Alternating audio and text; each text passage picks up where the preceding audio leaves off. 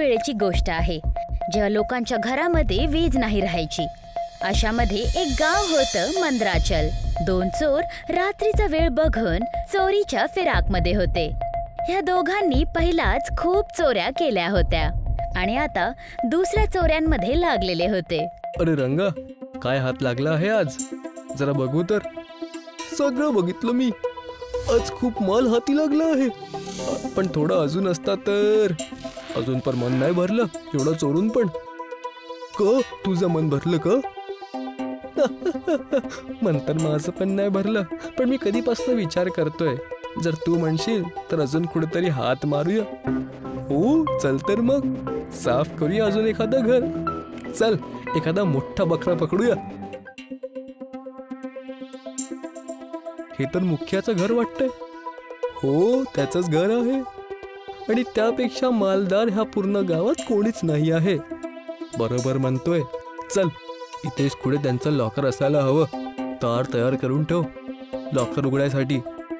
हो सगळं तयार आहे. ते बघ लॉकर, ते बघ. ती लोक तिजोरीकडे जातात. रंगा त्या तिजोरीला उघडायला लागतो. अरे अजून किती वेळ लागणार? अजून नाही उघडलं. अरे बाबा लॉकर आहे, बुटाची लेस नाही. जी ओढली आणि उघडली. थोडी वाट बघ. हो हो ठीक आहे. तेव्हा तिजोरी उघडते आणि रंगा हसत दरवाजा उघडतो. वा मानलं तुला. जरा बघ तर, दागिने पैसे सगळे पडले आहेत तिथे. हो भरून घे, सगळं भरून घे. काहीच सोडशील नको, ज्यानं मुखियाच्या कामी येईल.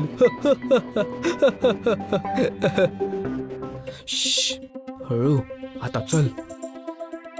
ते दोघे जण तिथून सगळे पैसे भरून निघून जातात.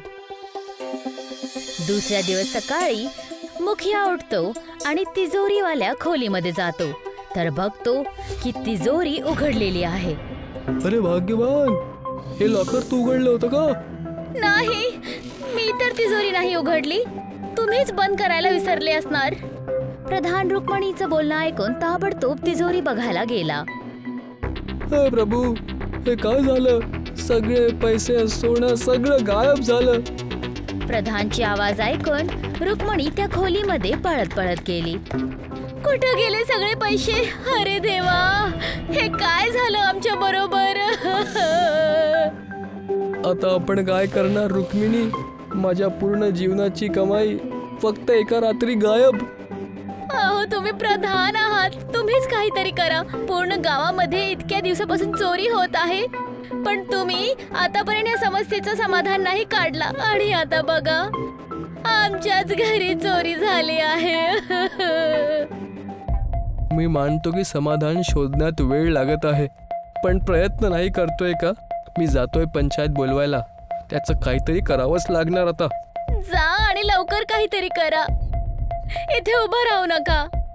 प्रधान तिथून निघून जातो आणि काही तासांनंतर गावाची पंचायत एका झाडाच्या खाली बसते. सर्वजण उभे होते. काल रात्री माझ्या घरी चोरी झाली आहे. लॉकर मधला सगळा पैसा घेऊन ते चोर पळाले आहे. माझ्या पण घरी चोरी झाली आहे. ही पहिली चोरी नाही आहे. अशा कित्येक चोऱ्या झाल्या, पण पंचायत तर नाही बसली. हो बस एवढं बोलले की रात्र तर येणारच. अंधाराचं काय करू शकतो? हे म्हणून लोकांना वापस पाठवून दिलं. आणि आता जे स्वतःवर आला आहे तर आले आहेत पंचायत बसवायला. चला बाबा चला. हो चला, रात्र तर येणारच ना शेवटी. आता यांना पण माहित पडेल की चोरी झाल्यावर कसं वाटतं ते. यांना वाटलं की आपल्या लहान लोकांचे पैसे आहे, पण ते पण आमच्यासाठी तेवढेच महत्वाचे आहे जेवढे यांच्यासाठी यांच्या लॉकर मधले पैसे. जेव्हा रात्रीचं काय करू शकणार तेव्हा पंचायत बोलवाल. प्रधानला त्यांचंच बोलणं आठवून लच्छू आणि गाववाले तिथून निघून जातात. जेव्हा स्वतःवर आली तर त्यांना समजलं आणि मग त्यांना खूप जास्त लाज वाटली, ज्यामुळे त्यांचं तोंड खाली पडलेलं होतं. प्रधान तिथून निघून आपल्या शेतांकडे निघून गेला. माझी चुकी आहे. लोक बरोबर म्हणत आहे. प्रधान तर बनलो, पण गावातल्या लोकांच्या त्रासाला समजू नाही शकलो आणि तळात गेलो. पण आता पश्चाताप करून काय, जेव्हा सगळं संपलं आहे. पण आता समाधान करू तर नक्की करू कसं? तेव्हा प्रधानला शेताच्या एका बिळामध्ये काहीतरी चमकताना दिसलं. ह्या खड्ड्यामध्ये काय चमकत आहे हे? प्रधान गड्ड्याकडे वाढतो आणि बघतो की त्याच्यामध्ये एक मणी चमकत होता. आणि तेव्हा एक नाग गड्ड्याच्या जवळ येतो. साप, साप, वाचवा, साप!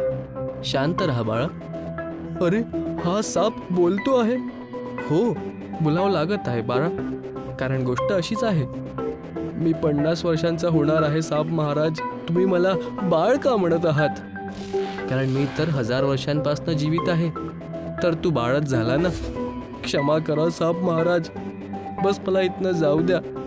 मी तुमची नागमणी चोरी करायला नव्हतो आलो. हा तर एक गैरसमज आहे. वरदान माग. वरदान? हो, मी दंड द्यायला नाही आलो आहे. नागमणी कुठल्याच मनुष्याच्या नजरेत नाही आली पाहिजे, ह्याच कारण तू वरदान माग. ही चुकी माझीच होती जी मी तुला हे बघू दिलं.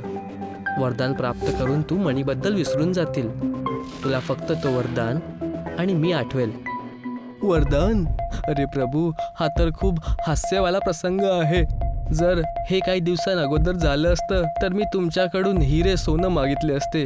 पण आता जेव्हा मला माझ्या प्रधान व्हायच्या जबाबदारीची जाणीव झाली आहे तर मला फक्त तुमच्याकडून हे मागायचं आहे की तुम्ही रात्राला दिवस करून टाका आणि गावातल्या चोरी कमी करून टाका. हे वरदान मी तुला नाही देऊ शकत. रचिता देऊ शकतात. काही अजून माग. नाही प्रभू, हेच वरदान द्यायचं असेल तर द्या. मला फक्त माझ्या गावाच्या समस्यांचा हल पाहिजे. हे ठीक आहे, पण प्रकृतीच्या विरुद्ध कुठला पण वरदान देणं माझ्या बसमध्ये नाही. पण मी तुला हे बिया देतो. यांना तू ह्या शेतात पेरशील.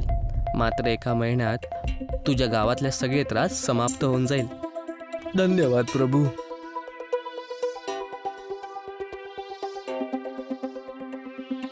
प्रधान खूप आनंदाने गावी परत येतो आणि पूर्ण पंचायत बोलवतात.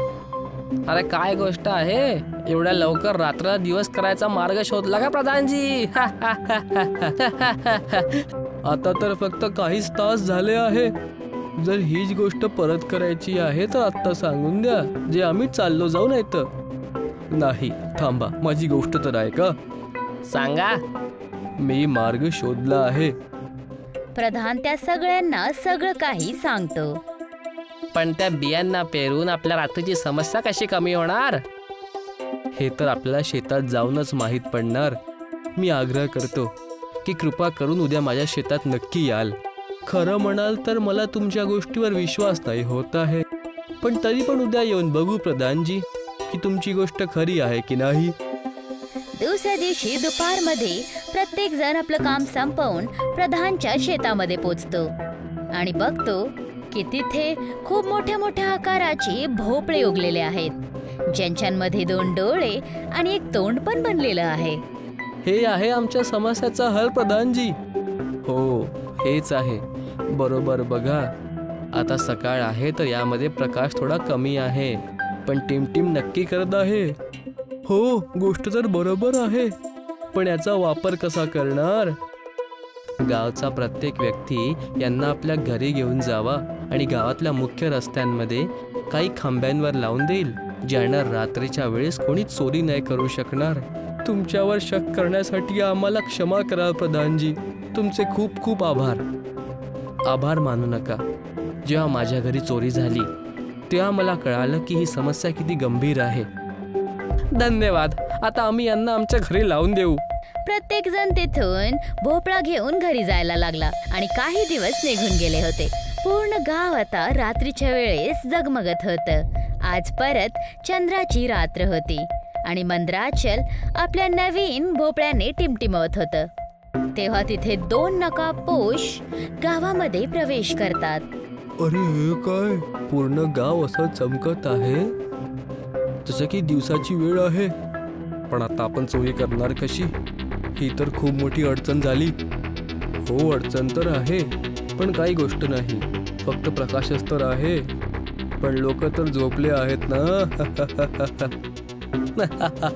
बरोबर म्हणतोयस भावा. चल जाऊया. आता हात साफ करायचा का? हो चल.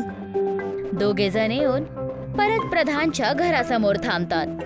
वाटतंय ह्या प्रधानकडे खूप पैसे आहेत, त्यामुळेच तर पूर्ण गावात प्रकाश देणारे ह्या भोपळ्या लावल्या आहेत त्यांनी. हो, चल बघूया. दोघे जण चालाकीने आवाज न करता दरवाजा उघडायला जातात की तेव्हा अचानक भोपळा त्या दोघांना पकडतो. सोड मला, सोड. दोघांचं ओरडणं ऐकून लच्छू, मलखान, प्रधान आणि रुक्मणी काही क्षणांमध्ये तिथे पोहोचतात. चोर चोर चोर.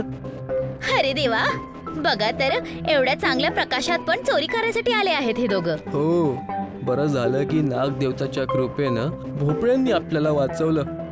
मालिक, माफ करा मालक, आम्ही असं नाही करणार.